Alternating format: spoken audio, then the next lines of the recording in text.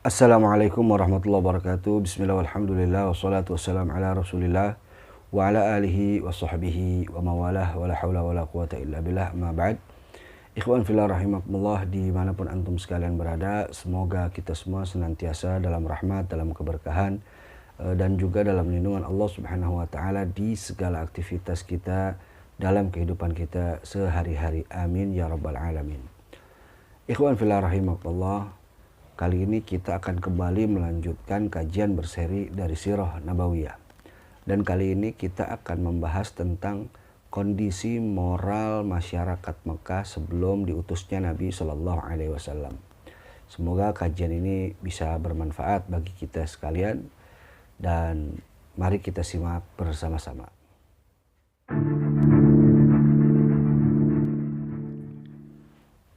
Sebagaimana yang kita ketahui dari pembahasan sebelumnya, Mekah saat itu dipimpin oleh suku Quraisy yang merupakan keturunan dari Adnan.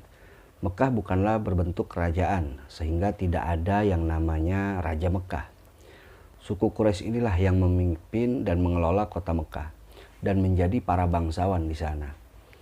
Nah, terkait kondisi sosial masyarakat Mekah saat itu, terdapat gap atau jarak yang jauh antara kaum bangsawan dan rakyat biasa.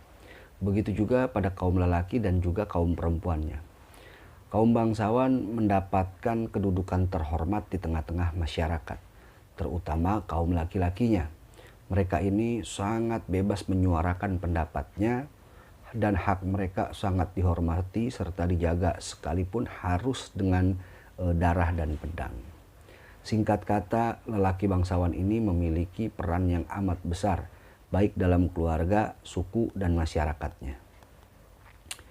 Dan hubungan laki-laki dan wanita bangsawan diatur melalui pernikahan yang diawasi oleh wali-wali mereka. Kaum wanita tidak memiliki hak untuk memilih pasangannya, melainkan dipilih oleh wali-wali mereka. Al-Imam Bukhari dan periwayat hadis lainnya meriwayatkan dari Sayyidatuna Aisyah radhiyallahu anha bahwa pernikahan pada masa jahiliyah ini terdiri dari 4 macam model pernikahan. Adapun model yang pertama yakni pernikahan seperti sekarang, yaitu seorang laki-laki datang kepada walinya dan kemudian wali laki-laki tersebut datang kepada wali perempuan untuk melamarnya. Kemudian wali si perempuan ini menentukan maharnya dan kemudian mereka dinikahkan. Lalu model yang kedua, yakni seorang laki-laki berkata kepada istrinya manakala si istri telah suci dari haid. Si suami ini berkata kepada istrinya, pergilah engkau kepada si fulan dan bersenggamalah dengannya. Setelah itu istrinya ini diasingkan oleh suaminya dan tidak disentuh hingga kelihatan tanda-tanda kehamilan dari persenggamaan itu. Nah, jika si istrinya hamil, maka terserah suaminya. Jika ia masih berselera, maka dia dapat menggaulinya. Tapi jika ia sudah tidak berselera, ia pun dapat meninggalkannya. Hal tersebut dilakukan hanya lantaran ingin mendapatkan anak yang pintar. Nah, pernikahan semacam itu dinamakan nikah istibdo. Kemudian model yang ketiga, yakni sekelompok laki-laki yang jumlahnya kurang dari 10 orang berkumpul dan kemudian mendatangi seorang wanita dan masing-masing dari mereka menggauli wanita tersebut. Nah, kemudian jika wanita itu hamil dan melahirkan, maka si wanita itu akan mengirim utusan kepada salah satu dari mereka. Dan siapapun yang dipilih oleh si wanita itu, maka pria itu tidak boleh menolaknya. Dan kemudian model yang keempat, yakni laki-laki dalam jumlah banyak mendatangi seorang wanita pelacur. Dan jika si wanita itu hamil, maka laki-laki yang pernah menggaulinya berkumpul. Dan setelah itu diadakan undian untuk menentukan siapakah ayah dari anak-anak yang dikandung si wanita tersebut. Dan lelaki yang terpilih dari undian itu juga tidak boleh menolak saat ia terpilih untuk menjadi bapak atas anak yang dikandung oleh wanita tersebut. Itulah 4 model jenis pernikahan di masa itu. Namun setelah Allah Subhanahu wa taala mengutus Nabi kita Muhammad sallallahu alaihi wasallam, semua bentuk pernikahan seperti itu dihapus dan diganti dengan pernikahan ala Islam. Nah, adapun untuk lapisan masyarakat lain yang ada di bawah mereka, ini amat berbeda. Kehidupan mereka tidak seberuntung bangsawan-bangsawan Quraisy saat itu. Walau demikian, mereka ini tidak berani protes dan tidak berani melawan. Walaupun secara strata sosial kehidupan mereka ini berbeda, tapi secara moral, baik kaum bangsawannya maupun rakyat biasanya hampir tidak ada bedanya. Banyak dari mereka yang terjerumus ke dalam perbuatan-perbuatan hina, seperti menyembah berhala, mabuk-mabukan, berjudi, melakukan praktik riba, hingga perzinahan. Nah, selain mereka menyembah berhala, perbuatan-perbuatan mereka yang hina seperti itulah yang kemudian menjadikan mereka dinamakan kaum jahiliyah oleh sebagian ahli sejarah. Walaupun ada sebagian dari mereka yang tetap menjaga dirinya, tetap menjaga marwah dirinya dan menghindari perbuatan-perbuatan tercela semacam itu.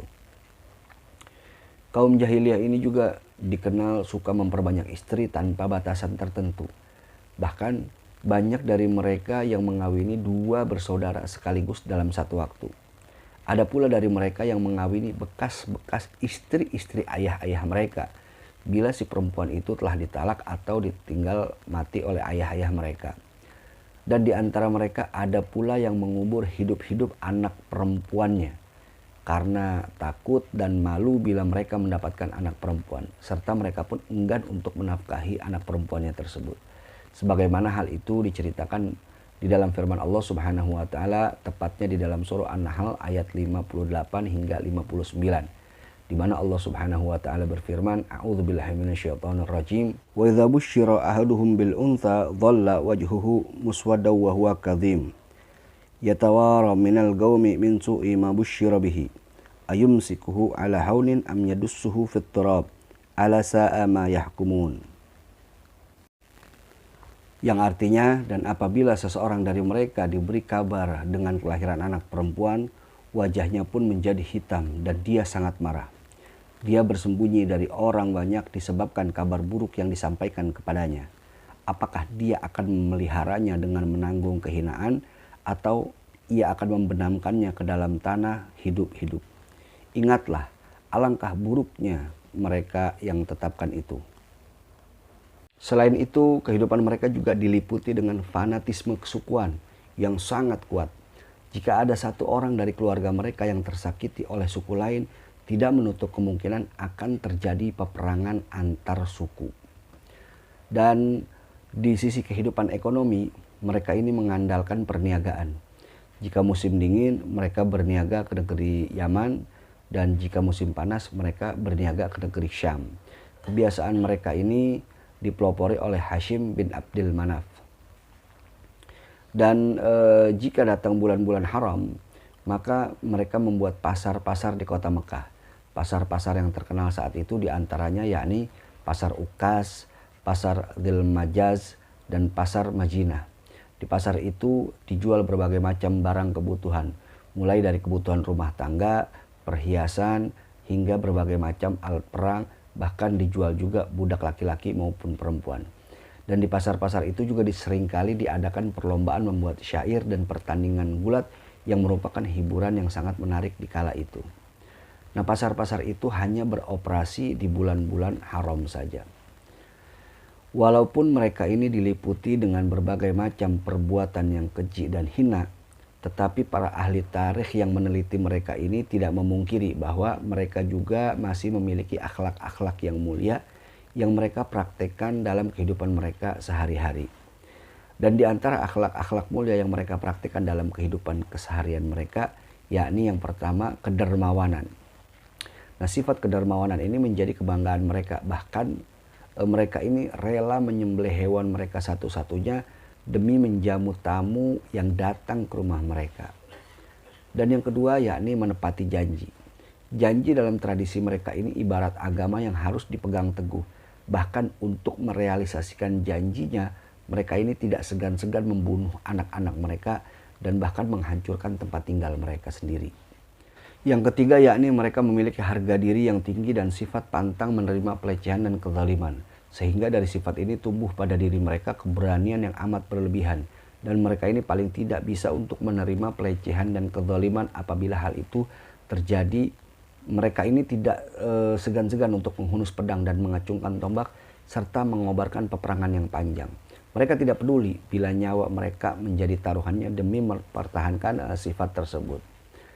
Dan yang keempat yakni tekad yang pantang surut. Bila mereka sudah bertekad untuk melakukan sesuatu yang mereka anggap kemuliaan dan kebanggaan, maka tak ada satupun yang dapat menyurutkan tekad mereka tersebut. Bahkan mereka akan nekat menerjang bahaya demi hal itu. Dan yang kelima yakni gaya hidup yang lugu dan polos yang belum terkontaminasi oleh peradaban dan pengaruhnya. Dan implikasi dari gaya hidup semacam ini timbul sifat jujur, sifat amanah, serta anti menipu dan khianat. Nah, itulah sekilas gambaran tentang kondisi moral masyarakat Mekah saat itu. Insya Allah kita akan lanjutkan kembali ke episode berikutnya, yakni tentang keyakinan dan kepercayaan masyarakat Mekah sebelum diutusnya Nabi Shallallahu Alaihi Wasallam. Semoga bermanfaat. Wallahu a'lam bishawab. Jika menurut Anda konten ini bermanfaat, jangan lupa subscribe channelnya, share videonya, dan terima kasih atas segala perhatian. Mohon maaf atas segala kekurangan dalam penyampaian. Insya Allah kita bertemu di lain kesempatan. Hadani Allah wa iyyakum ila siratil mustaqim. Wal afu minkum. Wassalamualaikum warahmatullahi wabarakatuh.